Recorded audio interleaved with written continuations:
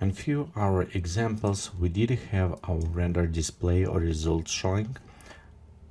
And this is our main window. It will pop up when you enable in your render options, says render to the screen, or if you click directly to the browse previous renders, we'll have right here stock renders.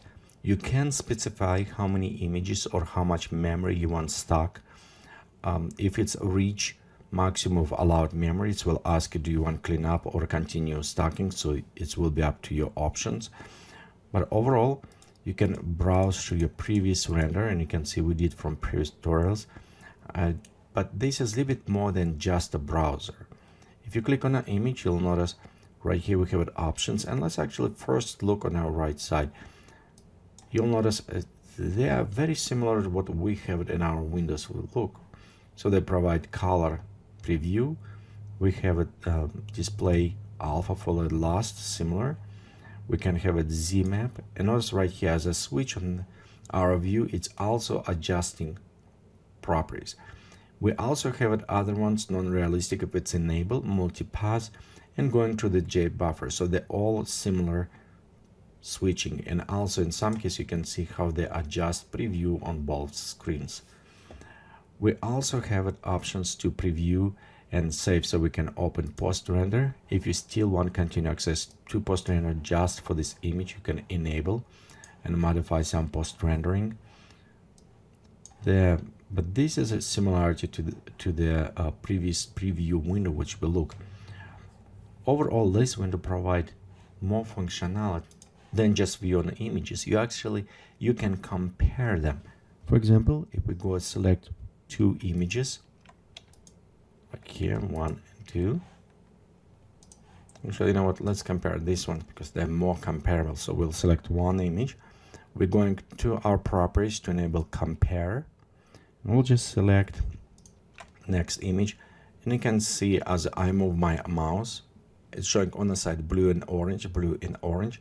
You can compare those two images one to another. So this is kind of become very handy when you have small changes or maybe shadow changes and you want to view how they look. So you can move it and compare those two images if you need it. You also have options. Okay, let me go ahead, select again this compare. When compare is enabled, to swap those two images. We also can preview the difference, which is similar as difference inside the Photoshop. So you can preview this way. And you also can increase what is difference level on the comparison and adjustment, so you can view precisely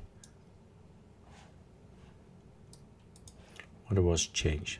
Okay, the other options right here we have it is load image. If you want to keep in your render stack and you want to compare maybe with previous, but it was clean up. We also can merge renders together, and it will merge with alpha based.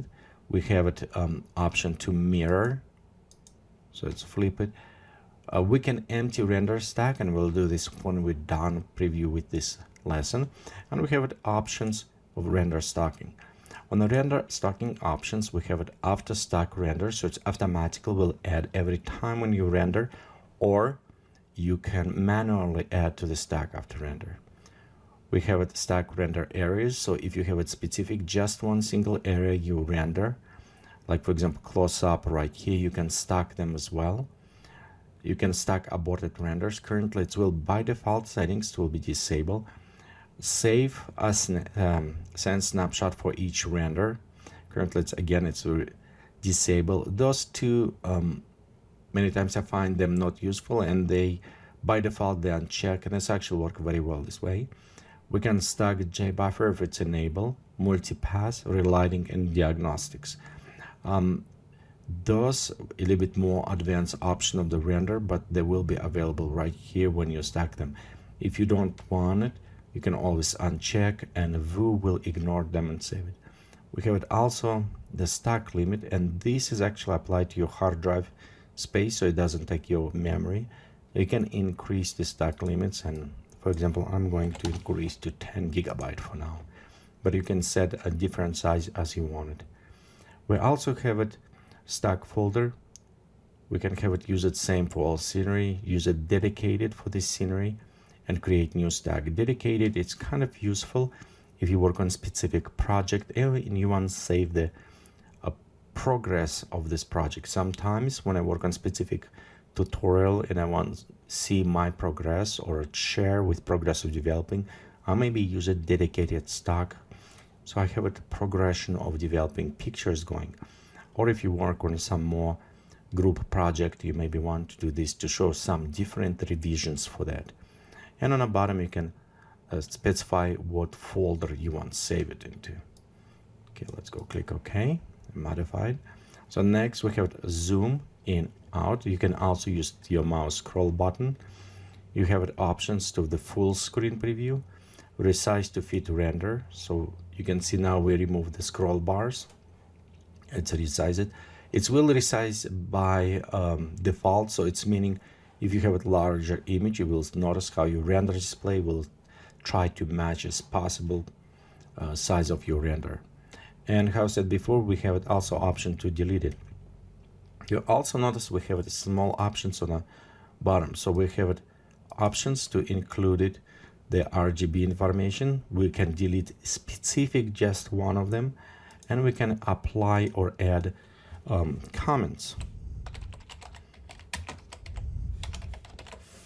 So we can add specific notifications to our image as we're going along. In this case, if you save it and pause, or you want to save specific settings, you can come back after and look on your render what options or what you was done with this image directly. So example, we can delete it, and you saw we just delete one of them and additional stock.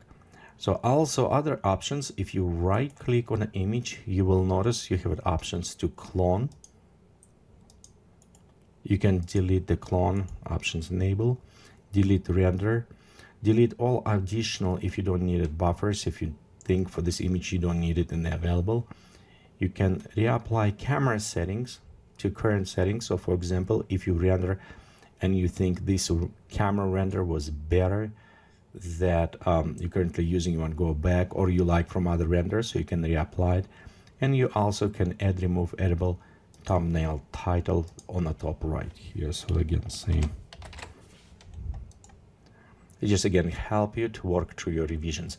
So this overall render display, it's not just to show a render, it's a very nice workspace where you can go through your previous render to your adjustments, work, modify it, and kind of help you to progress with your settings, compare those settings and reapply them as you need it.